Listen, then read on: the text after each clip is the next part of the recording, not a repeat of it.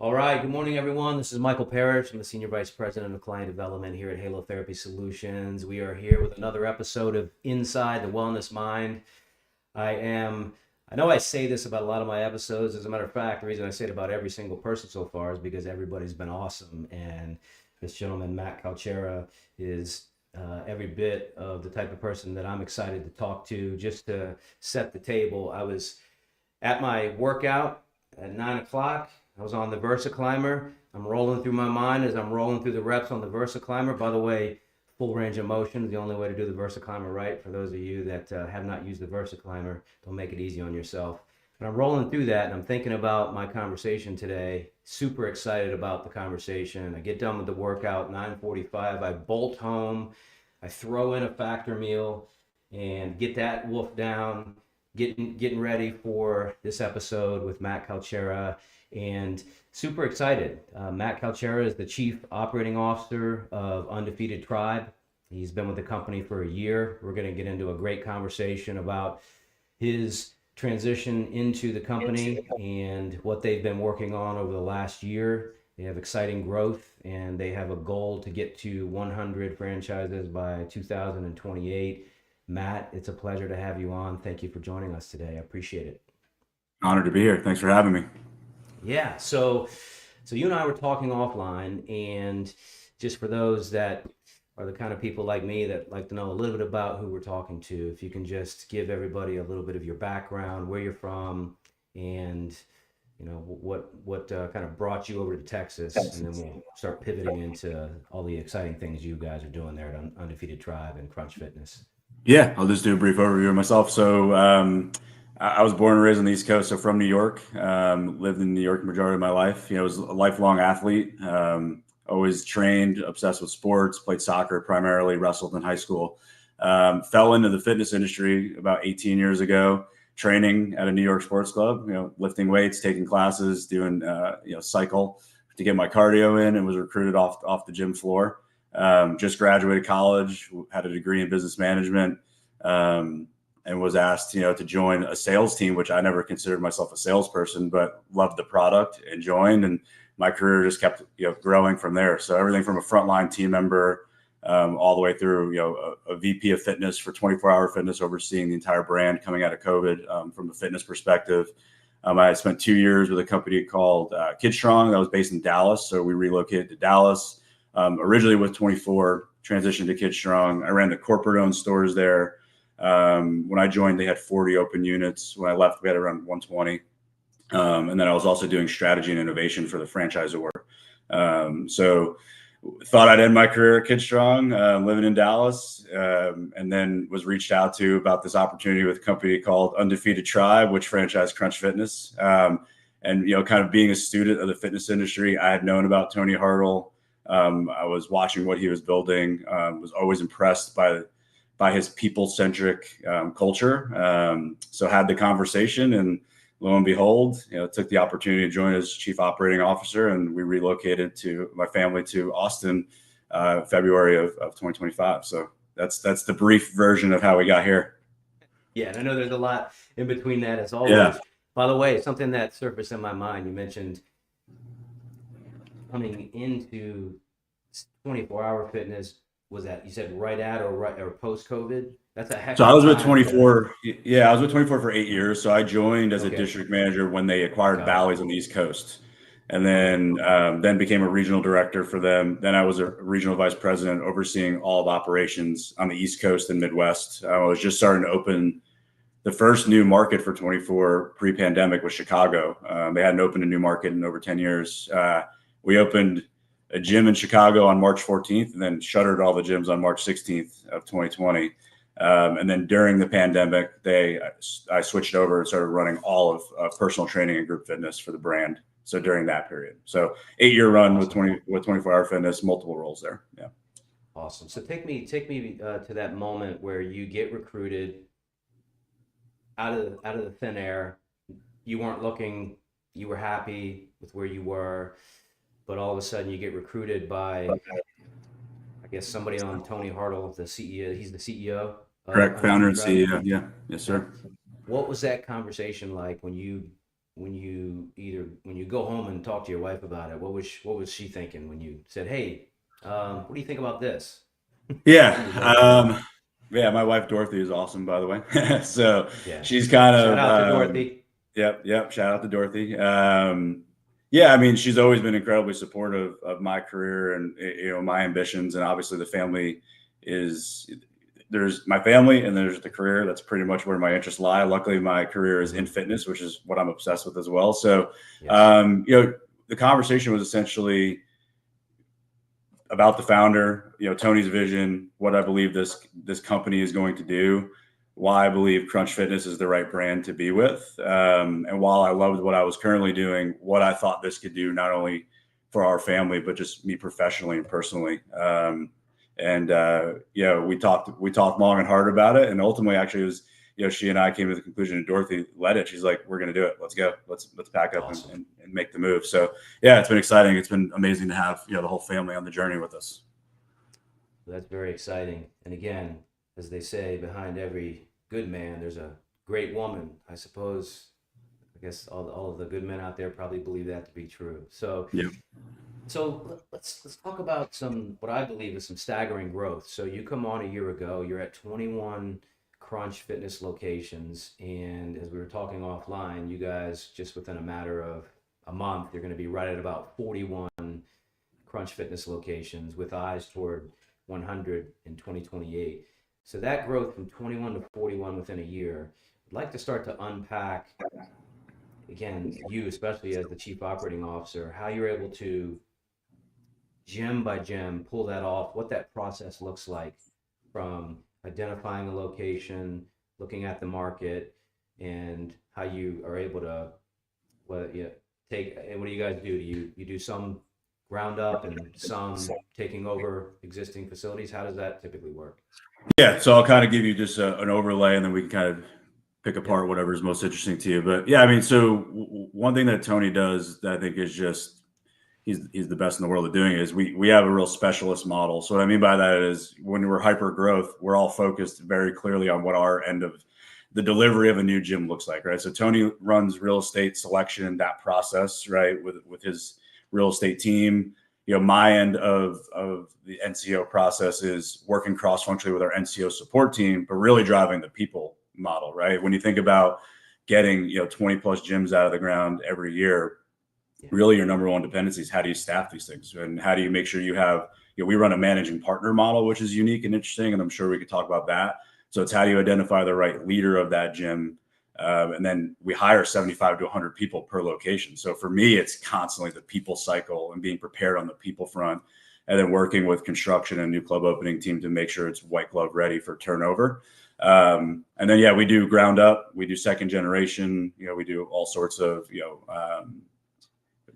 approaches to opening gyms, just as long as it fits within the model that Tony's outlined. So What does that project development life cycle look with second generation typically as far as that life cycle or the duration compared to ground up? What yeah, does that it could look be like? anywhere from 6 to 9 months from a second generation. It could be Okay. anywhere around 11 months for a ground up. Just depends. This depends on where you're Okay. doing it. Yeah, what the situation is. But what's amazing is the evolution over the past year around how dialed in we are to those stages. And it's construction, so anything can happen in construction and will happen. By the That's way, right. like you just have to be prepared for that and just go into that knowing. But our ability to I'd say hone in on that timeline and have clear milestones and deliver those milestones is only getting better as we evolve. Speaking of construction, I'm from the Baltimore, Washington, Maryland area. Yeah. And it's called the DMV, DC, Maryland, Virginia. You know that area, the Mid Yeah. Atlantic.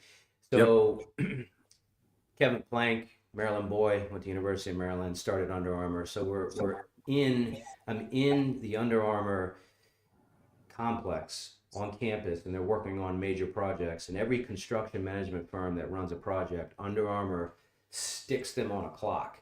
And those construction managers have to come in every single day to see how they're doing with respect to the schedule they said they were going to be on and where they were on the clock. And it was Yeah. pretty demanding. So, yes.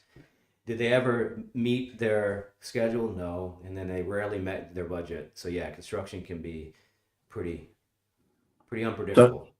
Depends on the box. Sometimes they're smooth. Sometimes Yeah. there's hair on them that you weren't expecting, but ultimately you get through it, you figure it out. And, I think that's one of the beautiful things about the tribe is it's the entrepreneurial spirit here is just next level, right? Everyone owns their end of the bargain and they're going to see it through. If it takes 24/7 work, we get it done. That's just how, this company operates. And I think it's what sets us apart from most. How far in advance do you guys start to pre-market, hire? What does that process look like? Yeah. And On the hiring front, depends. So, for example, we're going into Minnesota. We have no gyms in Minnesota, right? So, our first one, let's say, will open around June. We'll put it that way. We're already interviewing. We'll start, at the market level. So that's our multi-unit leader that'll assume that market, and then we'll start going through the single unit operations roles. But we've kicked off that process now because we know it always takes longer. It's always a little bit harder. And then you want to make sure you're not rushed to settle for a role. You want to make sure you're selecting a player. So, really, if it's external talent, 6 months is when we like to onboard them in advance. If it's internal, okay. usually around 3 months, because that aligns with the 3 month mark where you start to see pre-sale suites start to come online. All the marketing starts to gear in, and they're starting to train their team, get their team ready to go. So it's really around 3 months is where we start really firing everything up. But if they're external, 6 months is when we're bringing them on. Yeah. And then tell me about that key role you were mentioning just a bit ago, that slight difference in that leader that runs that location. What was the terminology you used Yeah, again? managing partner. So you see this Managing in partner. in some food and beverage, right? Like Chick-fil-A runs this model, Texas Roadhouse runs this model. You don't see it in fitness. To my knowledge, we're the only ones that do it. But so the managing partner, it's not a general manager role. Managing partner, they actually Okay. write a check, they invest, right? They put money in. It's not a high risk investment for them. It's very low. We don't get rich off their investment. It goes in escrow account, all that good stuff. But the purpose of that role is, and that gesture is that we're all aligned, right? They're financially invested, we're emotionally, we're ethically invested together. And it's really this, what Tony calls the shopkeeper mentality. It's the difference between a general manager who, in the fitness industry typically drives sales. Our managing partners own the four-wall performance. They own the member experience from the parking lot through a clean toilet. They know their members, right? They're there to drive hospitality. And we believe in Oh, high that hospitality. word. There's That's that that's word. that's our Yes, word. love it. So Yeah. right. So and the managing partner, again, it's the own it. They're going to make sure that they're going to handle the customer right. They're going to own the team member experience from onboarding through development, through promotion. So it's really the difference maker in the managing partner. And then the way I won't go crazy into detail around their compensation, but the way they're compensated, we know objectively because we do the data. Like our managing partners make more than anyone at a single unit level in HVLP, and candidly amongst some even more premium brands. And what that does, it drives retention. We have the lowest turnover, to my knowledge, in the industry. And also it breaks this loop where you see most single unit operators in fitness want to move on every year. They don't want to comp themselves. They don't want to, to get the next raise, they have to take the next gym. And this Yes. creates this circle effect of, team members turning over, the experience drops, the member, feels the experience. They finally get their sea legs back beneath them. And then the manager moves on again. This keeps people in their roles. It just drives better attrition at all levels and just drives a better experience. So they're participating in an upside that is not typical of the way Correct. a gym is. Okay, great. Correct. And for those that may not know, HVLP is high value, low price. That's Correct. uh, that's a very successful model that's been proliferating across the United States for a number of years. Crunch Fitness, EOS, I guess, would be in that category. There's a number of Yep. businesses, but yeah. Yep. So I want to get into some of the exciting things that you guys are doing with what you're offering to the members on the inside of those four walls, because that is where you make or break the experience for gym members. And you were delving into it a little bit before we came on to this live, but let's get into that. What are the pillars of a world class undefeated tribe crunch fitness experience with what you're offering to the members holistically? Yeah, and I'll say one thing I love about the Crunch brand is it's always evolving and they're always evaluating what resonates with the members and pivoting. So In our gyms, and we're data driven. So everything with us is going to be backed by data, and it's going to be objective, right? So it's not a lot of think and feel.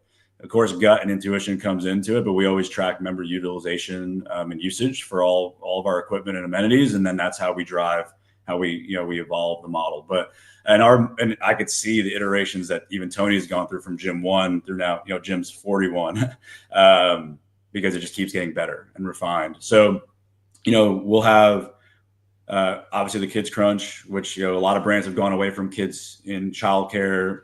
Crunch still offers it. We still build a Kids Crunch, which I think is awesome because it's one of those features or benefits for people, whether they know they want it or they maybe don't need it right away. It's always there, and it removes a blocker from people being able to get to the gym. So I love that. Listen, I love that. Yeah. So I was a long time. I've been a member of every gym in the United States almost, it seems, even boutique fitness. So. Yep. One of them in particular it wasn't Crunch where my kids were young enough, but I have 20 and 23-year-old men, as I was talking about.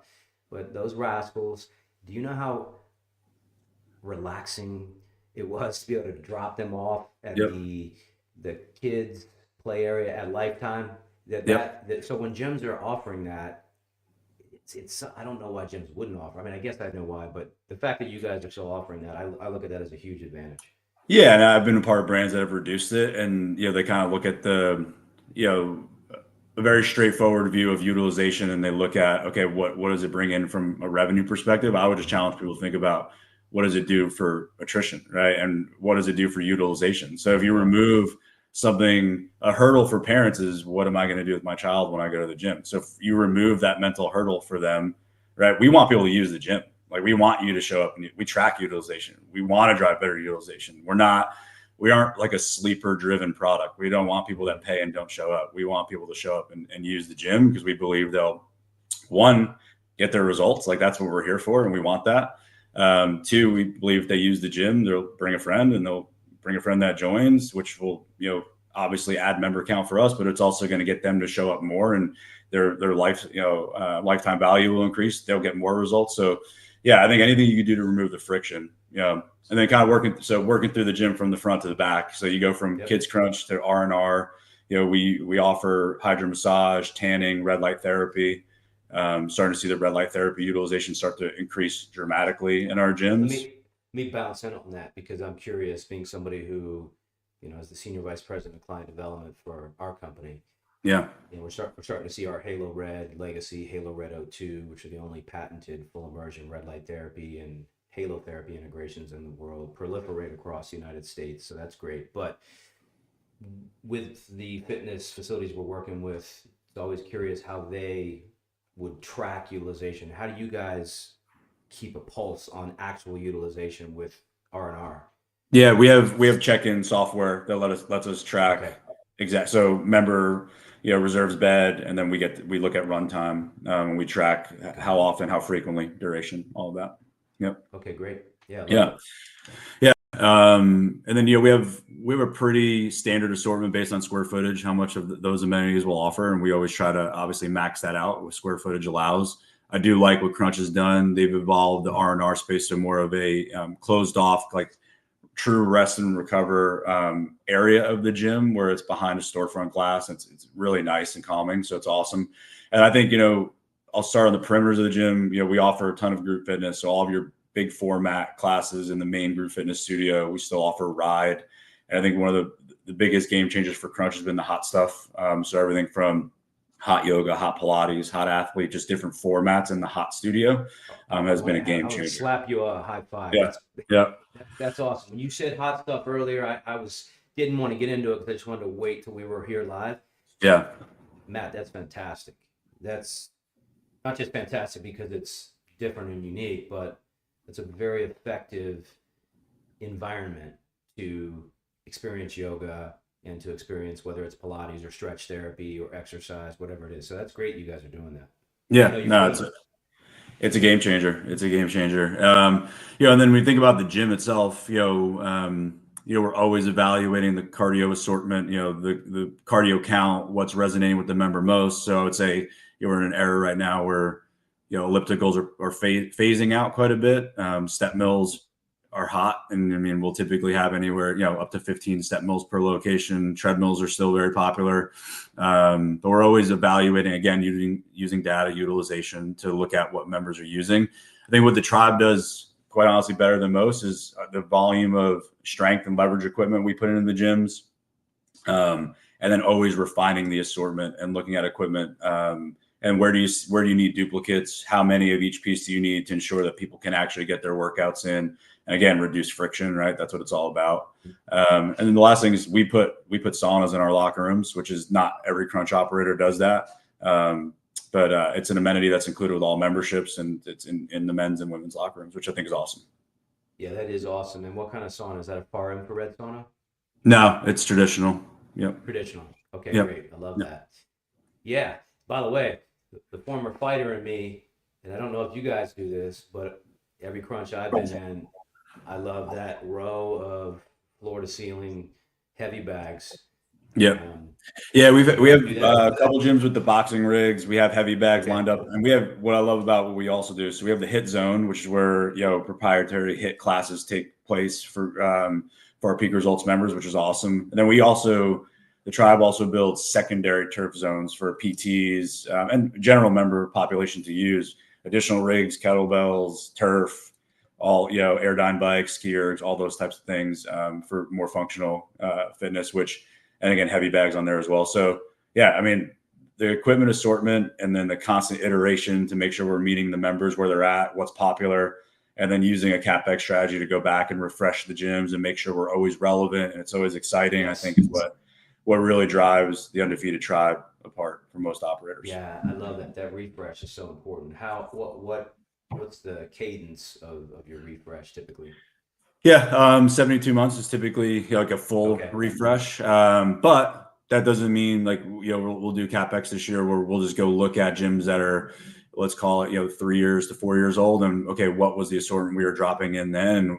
Is it still what's resonating with this member base? What would work better? And a lot of times that's reducing some cardio and adding more strength equipment, cardio that might be phased out or not as highly utilized, and making sure we're upping the quantity of equipment for resistance training, especially legs, right? Different leg equipment, all that kind of stuff.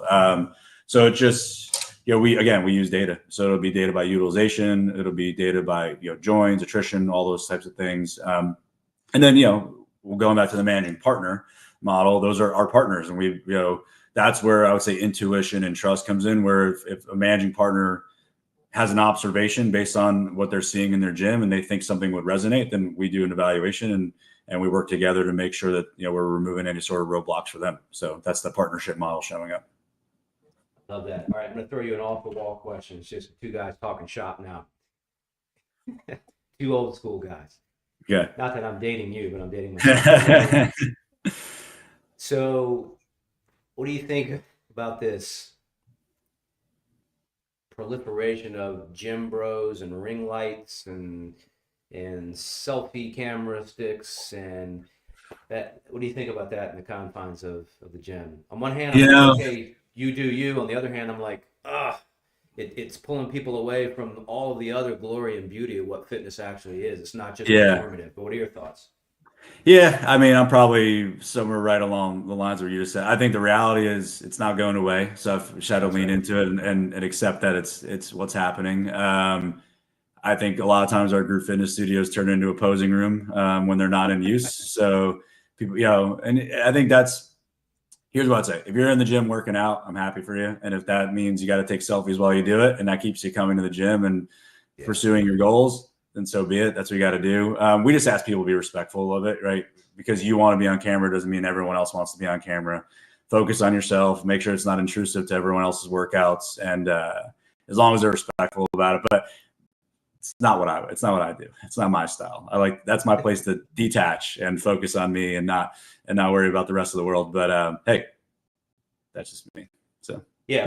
Plus, Dorothy might look at you sideways if you say, "Hold on, sweetheart. Let me snap a photo of myself real quick before we lift the dumbbells." Yeah. So, quick question. So, what was the inspiration for you guys taking the approach where you create, I guess, a facade and for your rest and recovery area, instead of what many gyms have done is they just dump it in, open floor layout. They don't get a lot of adoption or utilization. They didn't, for some reason, have a plan to track that. Yeah. How'd you guys get inspired, or what was the knowledge behind that? I think that's ingenious that you did that. Yeah, and it's a Crunch 3.0 design upgrade that they made holistically for Okay. the brand. But also that comes with feedback from the Franchise Advisory Council, right, which the high performing owners are a part of. The way it used to be set up was the R&R was a hallway that was in the lobby area. But hydro, when you have 7 hydro beds going off at once during prime time, it's not exactly quiet. So I think tucking it away, giving it its own space, some tranquil music creates more of a vibe, right? As the younger generation would say. But also just noise reduction for the lobby too, right? So it just gives it a higher feeling aesthetic for sure. Like when you walk in, it just looks really beautiful. The design choices they made in terms of finishes are beautiful. And then it just, from a functionality purpose, just really helps with noise reduction. It's been a good evolution. And you guys, I'm assuming in that room, I would think you probably mostly are looking for low attendant, low maintenance modalities that are intuitive. Yeah, and we have a recipe that we pretty much replicate in the R&R. So we do hydro, we do tanning, we do red light. There's other options that are out there. Doesn't mean it would never happen, but as we scale, right, we also think through the implications. If we add variety of a piece of equipment that are random, how do you manage par level parts? How do you do just-in-time inventory? How do you do those things? Because we are obsessed with facilities. We are obsessed with equipment downtime. We are obsessed with maintenance. So for us, we want to make sure our maintenance technicians are set up for success, because they don't have to have a multitude of par level parts to have. They need to have the right stuff to get things up and running. So we really stick to the formula. Again, it doesn't mean it would never be something we would iterate upon, but typically you walk in one of our gyms from an R&R perspective, it's going to be pretty standard. Yeah, I love that. Yeah. Now your personal trainers, if I recall correctly, they're pretty. Last time I was in a Crunch facility, it was about 1.5 to 2 years ago. This particular Crunch, this was out in Florida. They had a very capable, enthusiastic, bustling personal trainer segment to that location. It was great to see, because sometimes you don't see that much activity. This was in the middle of the day. Yep. So are these, how do you guys approach that personal training element? Yeah, so all internally run. I have a regional vice president of personal training for two different regions. So I have 2 of them. We run a market personal training position, so they oversee what would be an equivalent elsewhere. Then we have a personal training manager, an assistant personal training manager, and then we have our PT team, which is comprised of what we call personal training sales consultant. They're really there to onboard new members, get them set up and attached to a PT, and then our personal trainers deliver the sessions. So yeah, and we have anywhere from on average 15 up to 33 PTs in some of our gyms, in some of our higher volume gyms. So we use, we only accredit certifications to train with the tribe. So you have to be certified. We constantly are pouring into their development. We invest in ongoing. It's one of the things that always, that I love that the tribe did, that I wanted to make sure we still honor, which is investing in training for the PT department. Most brands cut that out. They don't continue to invest in their skills around movement. They try to train them to be better salespeople, which is okay. And you need to sell. Sell is not a bad word, but we're obsessed with continuing to teach them how to, get clients better results through movement, and and investing in that. So yeah, I mean, I love the personal training department. We have an awesome PT business, and it's only getting stronger, which is really exciting. That's great. Do you know Dave Van Daff, DVD? I don't. No. He's with I believe with NASM. Okay. So okay. Do you guys work with any of the organizations that help facilitate some of that training, or is this strictly? Yeah. We prefer NASM certs. It's not the only one we'll accept, but we prefer them. We've done workshops with NASM, and then we've used the team over at Aleco to do ongoing training for our team. So we send groups out to the Aleco Performance Center to have them go through different different modalities.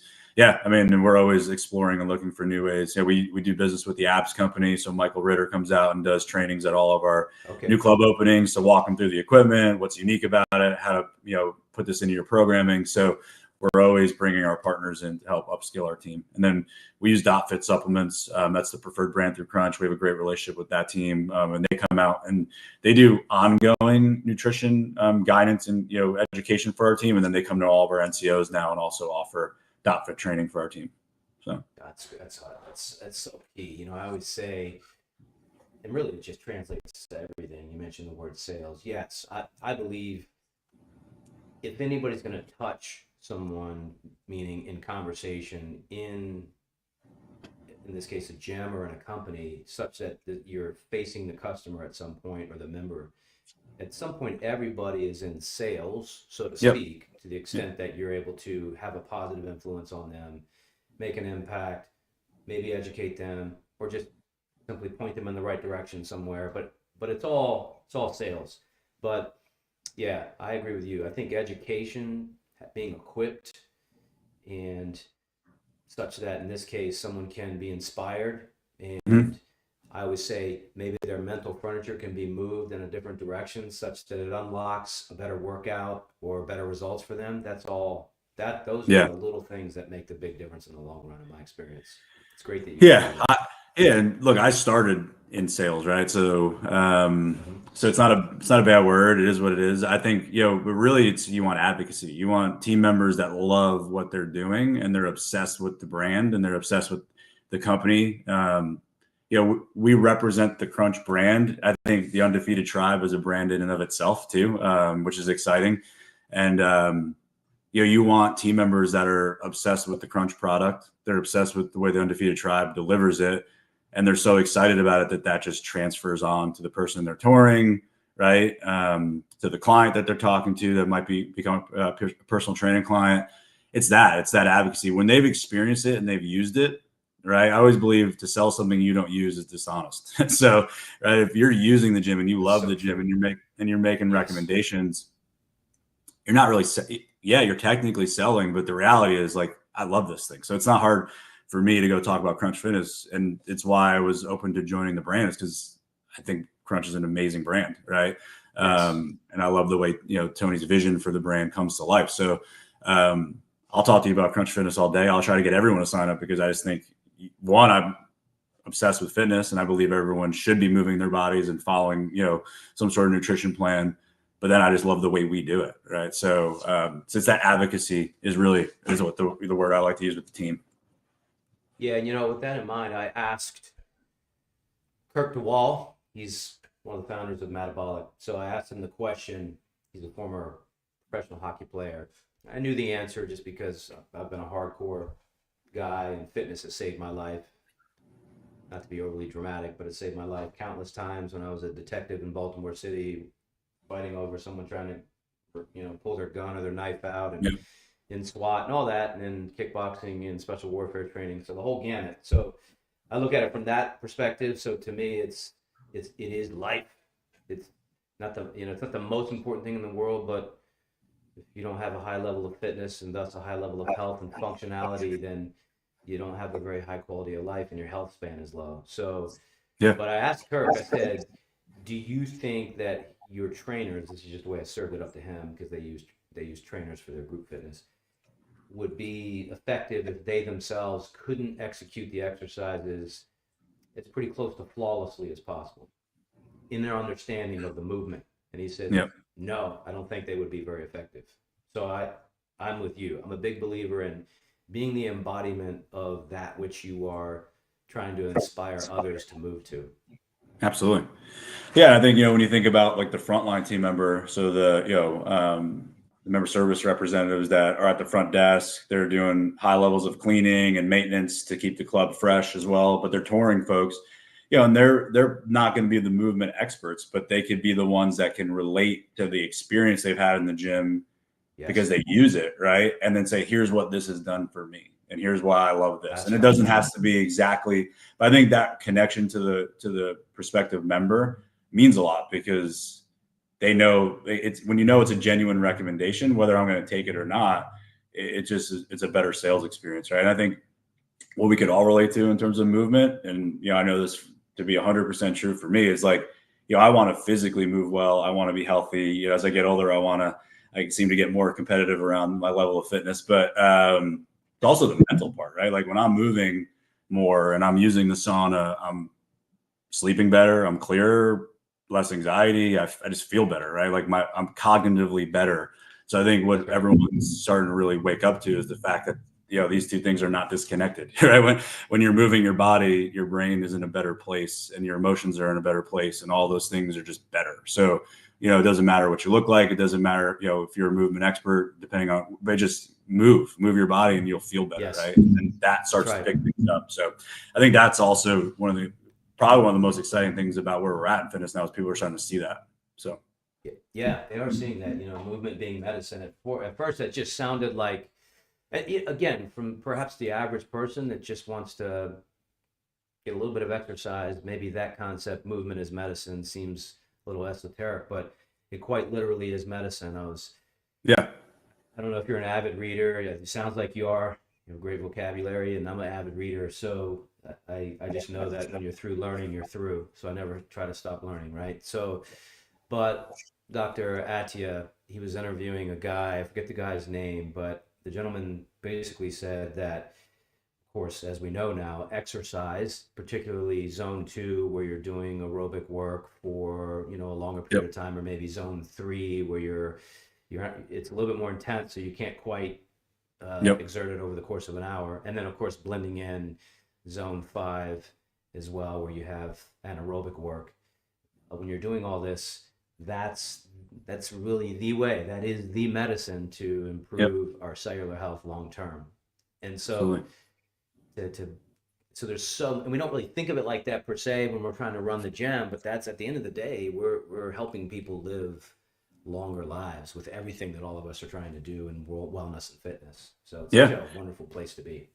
100%. Yeah. What I remind, and we talk about often, the team is like, for a lot of, some people are going to walk in the gym and they're going to say, show me the proportional value to what you're asking me to spend. I'm going to join a gym. Just show me yours is the one to join. Right. And you get members like that. And you see people buying online now at rates that, we never saw 10 years ago. Right. So you see where the consumers are going, but you still have the folks that walk in the room or the gym rather. And, the reality is you don't leave with the dopamine hit of a new pair of shoes or a phone or whatever that, that retail transaction is for folks. Yes. They leave with, to them, access to a room full of torture devices. That's how some of them think about it. So it's, for us, it's, how do you understand what is the goal that you're here to accomplish? Like, really, what is that goal? What experience have you had trying to achieve that goal in the past? And were you successful? Have you had moments of success? What took you off the path? And behind that goal, why? What's motivating you to do this thing? Is it a health scare? Is it, just wanting to be, preventative? What is it? Tell us what that is. And then through advocacy, connect them to the solution that we have to get them there. Like, what is that thing that we offer that will keep them coming? A lot of times you meet, first time gym goers or maybe repeat, habitual gym goers that have fallen off. And what you find is they're doing things they hate. They just don't, they're doing the thing like, the New Year's resolution person that says, well, I'm going to come in and I'm going to run 7 days a week. And you ask them, well, do you like running? And they're like, I hate it. It's like, well, then maybe let's not do that. let's not do it 7 days a week. Let's not go from 0 to 7. Like, let's come up with a solution that will keep you in this for the long haul. And that you could actually enjoy the things we offer. Like, let's find what that is.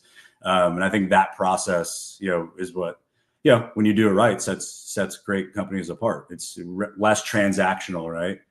To use that cliche, it's not transactional, it's transformational, but that's real. It's like, how do you get it away from just being a purchase to, we actually want you to come use this thing and enjoy it. So you stick to it, because that's the hard part for most people. Yeah, that is the hard part. That word hospitality, it's a wonderful word. It's not just relegated to hospitality assets and hotels and resorts and spas. Hospitality, I think, is, if you can nail it and it can be part of your lifeblood, it's one of those many things that can cause someone to walk out of the gym and feel like, hey, not only am I a member here, but do they know my name? People are looking me in the eye. They're happy I'm there. It's clean. I saw the managing partner. I don't know if they do or don't. I'm assuming they do. I saw the managing partner. He was in the bathroom and he was making sure this was squared away and that was squared away. Yep. I'm assuming your managing partners lead in every facet to We deliver that hospitality. 100%, 100%, and we all do it, right? Like you won't catch me Yeah, walking into a gym without cleaning the parking lot first. They will never happen. that's great. Like I'm going to park in the farthest spot away as possible, and I'm going to clean everything on my way in, and then we're going to all do it together. Like that's just how we operate, because we care. Like we care a lot, and and we also know one, it's pride, right? Like it just you want to be Yes. proud of where you work. So that's one thing. The other thing, it's like dirty parking lot, not a great check-in, locker room's a little dirty, the piece of cardio I want to use is broken, and it's like those things. It's like death by ant bites. People are like, then you're gonna set people off, and for good reason. They, I would be mad at that experience too. So, but if it's when you deliver on all the aspects, you get a little more forgiveness from the members when something is inevitably off because we run a 24/7 gym, right? We're open 24/7. We only close for Thanksgiving and Christmas. That's like so something's we're gonna miss somewhere sometime. Like let's be real, it's gonna happen. So, but when you do it very consistently, very well, and you care and you have that care factor, you get more forgiveness from your customers. And when you respond to a customer service issue within, in our world, 12 hours, like we're trying to resolve things, not 24. And you're going to get responded to within like the first hour. Like that's, again, how we operate. Those things equate over time to having, more longevity in your member base. But we all clean. I mean, if you walk in any of our gyms anytime, you'll see, from myself, they're a VP with towels in their hand, to the managing partners, like cleaning equipment. We don't walk a gym without cleaning equipment. It's just that high hospitality, right? And we talked about this earlier. It's probably a good place to bring it up. It's like when you think about our name, the Undefeated Tribe. I was going to bring it up. We are a hospitality company that runs gyms, and we love gyms, and we're obsessed with fitness. But we're a hospitality brand that happens to operate gyms, right? And you don't see fitness in our name. It's not that having fitness in your name is bad. That's not. Mm-hmm. But when Tony, built this company, I mean, the name says it all. Like, we're going to win. We're going to do this as a team together, right? It's really hard to break a tribe. And it's not just about fitness. It's about being the best business operators in whatever we do, period. And that's, that shows up in the level of care that people put into maintaining our facilities and onboarding our team and so on. So with that in mind, Matt, you guys, when you are, let's say, running this company, this Undefeated Tribe, is it when you have I don't know, do you have the annual meetings or annual trainings, or what do you guys do for the company as a whole once a year, or periodically? You'll see a lot of the companies coalesce. Yeah, no, we have an amazing cadence that Tony's run from the beginning where, we do, it goes by layers, obviously, but we have a mid-year and then an end-of-year summit where we bring every managing partner and manager at the gym level in to Austin. So, so we had our mid-year coming up in December. We'll have our end-of-year where we do a party, a recognition, and then we do quarterly exec offsites too as well. So there's a cadence for every different level, but we bring everybody in at least 2 times a year. I love that. Yeah. So let me harken back to R&R, which I do every now and then because wellness that's the company that we are. And I'm always curious because I am in and around the United States consulting with and helping to envision and conceptualize various types of businesses to include fitness on how to layer in wellness. In my experience, it's really important. Now, granted, if you have something that's just easy to press, maybe you don't have to tell someone about it and they'll just know what it is. It's a hydro massage, you know what it's supposed to do, and it'll move. But do you guys do any educating of or advocating for the R&R room itself, or is it just kind of off there and someone can use it? And then I have a second follow-up question regarding that room. Yeah. No, we provide the team with, what are the benefits of the amenities that we offer. So like, when you're taking a customer through a tour, help them understand what R&R or what a red light bed does for them. Why should they be interested in using it? And beyond just the superficial, like, fills in wrinkles, right? You'll hear that a lot. That's kind of, but right. Give them, and then there's a balancing act there. You don't want to over science a lot of folks there, right? When they're just, so you like, what are the things that resonate and what are a few talking points based on who you're talking to, right? So, I love that. we do provide them that. And always iterating and trying to get better at learning and development. So I would say it's a work in progress, but Yeah. yeah. For those red light beds and red light therapy in general, for those members in your gyms that are bodybuilders or who want to get that pump, for them, if they wanted to release more nitric oxide, they actually would do well to have a red light therapy session 10 to 15 minutes before they go in for Yep. their workout. And of Yep. course, for the endurance athletes, it's the opposite, to be able to take Yep. inflammation out. But that releasing of nitric oxide, because that red light it absorbs, causes those cells to absorb photons, and that kicks out nitric oxide, which then allows more oxygen in, but it dilates their blood vessels. So for Yep. bodybuilders, red light therapy is a great pre-workout modality.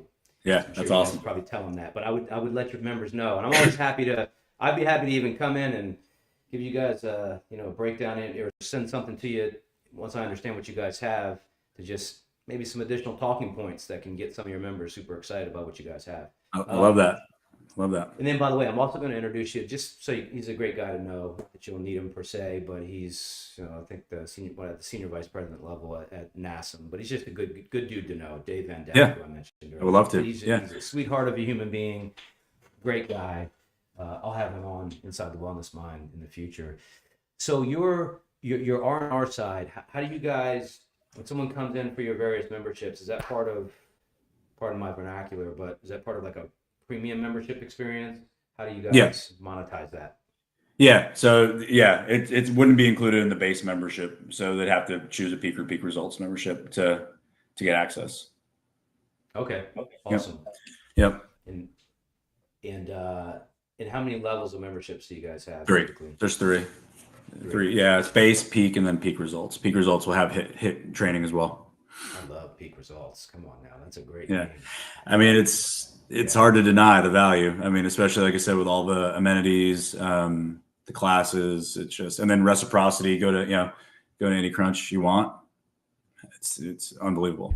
So with your HIT program in mind, I saw an article the other day. I think it might have been posted on Athletech News, and you guys have been featured on Athletech News once or twice at least. I've seen some articles on you guys, so congrats on that. And anybody that doesn't know anything about Athletech News, it's one of the premier media organizations that reports on fitness and wellness generally and broadly, also lifestyle brands, longevity. The article was big box fitness might be becoming the new boutique fitness guru, in that you have the space if you bring in the right program, and in your case you guys offer a special HIT training option. That's group fitness, I'm assuming? Yeah. So there's a zone for our HIT programming. So if you went to a 3.0 box, there'd be a dedicated space for the HIT zone, which is turf, rig, wall ball, elevate rows, all tire flips, all that kind of stuff, ropes. So it's its own zone within a Crunch Fitness. All right. So let's wrap with something that I always find near and dear to my heart as well. It's the concept of generating that revenue profitably, but within the confines of high value, low price. There are some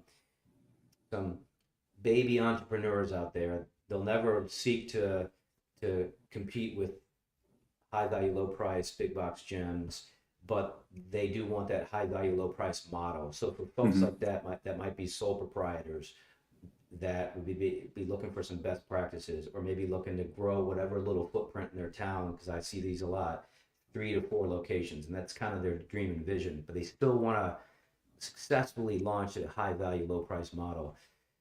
What are some of the best practices regarding pre-sales, ramping effectively, because you do have to get to a certain point when you're adding a ton of value that you want to try to be as profitable as quickly as possible. Mm-hmm. What would be some of the early things you would recommend that they do with respect to pre-sales and finding a good team member and all that? Yeah. All right. So you kind of led me to where I would start. I think it's probably to me, it's the most intuitive answer, but for most, it's not. It's going to start with the people, right? And I had experience when I was working for a brand that was the franchisor, where the franchisees would, like, especially during the pre-sale phase, they would balk at the idea of staffing their business, right? Because they just saw the spend, allocating the G&A to put team members there, and you're doomed, right? So if you don't have the right person, you're doomed. But so I think it's identifying, okay, what's your marketing message? What's the call to action? When is that time gonna, start to occur where you're going from awareness to like driving what the next step is for the member, and then being staffed with the right people. Like, you have to have the right people in the right seats in order to make sure you're taking care of the prospective member, because that's going to be their first experience with the brand. And then, milestones management, like, what by when on what are the economics based on your occupancy, based on what your spend is going to be, in order to, like, where do you need to be at from P1 and beyond to make sure you're getting your payback and you're on track. So I think a lot of people just don't take the time to map out like what the return actually needs to be. So if I'm an entrepreneur trying to go from 1 to 4, like, look at your model, like, what is your model, and then staff accordingly. And I think, man, we could spend a whole hour talking about what makes the right people. For me, We'll you do brought that that on up. another episode someday. Yeah, I love I'll to hit talk it really. about, Yeah. yeah, Okay. I'd love to talk about human nature and pathology and patterns and skill set, and it's just, it really does come back to that. I see. I'm not afraid of artificial intelligence, and I'm not afraid of technology, because at the end of the day, it always comes back to people with respect to our worlds. 100%. Yeah, and we use AI. I mean, there's nothing wrong with it. AI is making humans more efficient so they can go focus on the things that matter, right? So I think, when we think about AI in context of our business, it's how do you take the repetitive work that can be automated off the plates of the operators so they can go spend more time with people, right? And that's spending more time hiring the right people, being very clear on what the right person is, onboarding them, training them. And then it's making sure the right who's, I'm a big Jim Collins fan, but if you have it's who first. That's the principle. It's who first, then what. And if you have the right who's, they'll take care of the what's. So, because then you have to go drive the member experience, right? And to my knowledge right now, AI doesn't clean equipment. So like, we have to make sure that that's done, and it doesn't repair equipment yet. So that's right. Then it's about being obsessed with the member experience. So I'm with you. AI just frees up people to go focus on the right stuff right now. That's right. And AI is not going to work out for you. So nope. It's always got to be you. So there's always going to be a place for sure. So that's amazing. I appreciate you taking time out of your schedule today. You guys, I know, are just smack dab in the middle of aggressive expansion, and your travel schedule is, I'm imagining it's fairly packed at times. Yep. Yeah. Around the country. I believe in field operations. So I'm in the gyms 3 weeks every month. I'm on the road in the gyms. Yes. I love it. Yep. Well, I appreciate your time today, Matt. You've been awesome. There's so much we can talk about. Some other day, what we'll do is we'll talk perhaps about leadership and how important it is to really raise up leaders within an organization, and what you need to look for, and what skill sets they need to have, and how you manage people. That's another conversation for another day. But I would love to do that. Congrats to you, the Undefeated Tribe team, Crunch Fitness as a whole, and we appreciate you coming on today. Good stuff. Appreciate you, Mike. Thanks for having me. Yeah, absolutely. Everybody have a great week. Be well, be happy, be safe.